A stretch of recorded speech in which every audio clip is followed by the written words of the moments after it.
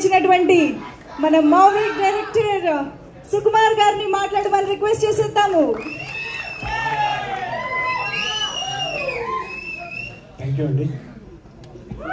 యాక్చువల్గా కొంచెం టెన్షన్గానే ఉంది.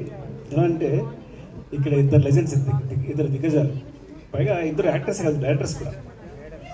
ఆలోచించండి, చాలా చాలా అరుదుగా డైరెక్టర్గా హీరో సక్సెస్ అయిన వాళ్ళు చాలా తక్కువ మంది ఉంటారు. అలా సో డైరెక్టర్ కమ్ హీరోస్ ఇద్దరు కూడా, అర్జున్ సర్జా గారు, ఉపేంద్ర గారు.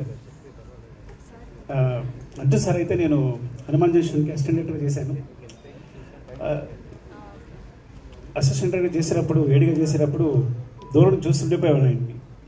అంటే చాలా కంపోజ్డ్గా, ఇప్పటికీ అదే బాడీ లాంగ్వేజ్, అదే నవ్వు, చాలా వెరీ, అంటే ఎవరైనా అడ్మైర్ అయిపోతారు, ఎవరైనా అట్రాక్ట్ అయిపోతారు ఆయనకి. ఎవరైనా ముందు ఆయన్ని రెస్పెక్ట్ ఇచ్చేస్తారు. అట్లా ఉంటుంది ప్రీ బాడీ లాంగ్వేజ్ కూడా. అప్పుడు కూడా సెట్లో కూడా అంత కంపోజ్గా బిహేవ్ చేసేవారు. యాక్చువల్గా నేను ఎక్కువ మాట్లాడడం కూడా కాదు, చాలా భయపడి దూరంగా చూస్తూనే ఉన్నాయండి. ప్రతిదీ సెట్కి వచ్చిన దగ్గర నుంచి ఇప్పుడు కాన్సన్ట్రేషన్ అందులోనే ఉండేవారు. అయిపోయిన తర్వాత ఏదైనా, సో అంత డీటెయిల్గా వర్క్ చేసేవారు. అండ్ ఇట్లా ఆయనతో పాటు ఇక్కడ స్టేజ్ పంచుకోవడానికి నేను అదృష్టంగా భావిస్తున్నాను నిజంగా.